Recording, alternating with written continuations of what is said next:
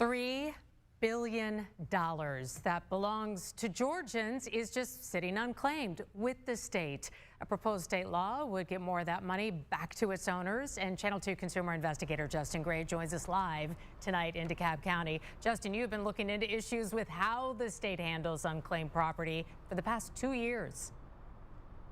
And Linda, this would be a big change. You know, I went and checked my unclaimed property status again last month. I found $158. I got the check just last week. But this change, I wouldn't have to search. It would be the Department of Revenue doing the searching.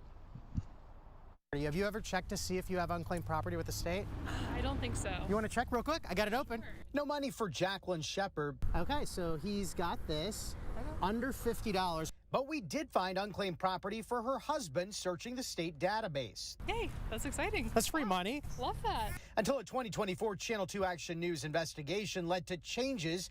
You couldn't search for unclaimed property under $50. But what if you didn't have to search at all? Lots of Georgians don't know to go looking. There's currently $3.3 billion with a B dollars in the custody of the state. And that's why State Senator Kay Kirkpatrick introduced this bill that passed the state Senate 50-0 this week. What it's going to do is make it much easier for people to know that they have unclaimed property by matching it with the tax records. The proposed law requires the Department of Revenue to match those records, then proactively send out checks for properties up to $500. That's other people's money, not the state's money.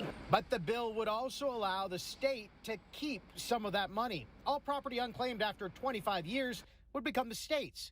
For properties under $10, that happens after just 5 years. That could be hundreds of millions of dollars, and that's theft. Ron Lizzie has been pushing states across the country to do more to get unclaimed property back in the hands of the people it belongs to. It's the state's job to tell people about this program and return the money, but if they're doing a lousy job of informing people, and they're now benefiting from that. I asked Senator Kirkpatrick why the new law would allow the state to keep some Georgians' money. Eventually, it just becomes a liability on the state's books, and after 25 years, particularly when there's been time to implement this new bill, that seemed like a reasonable place to go.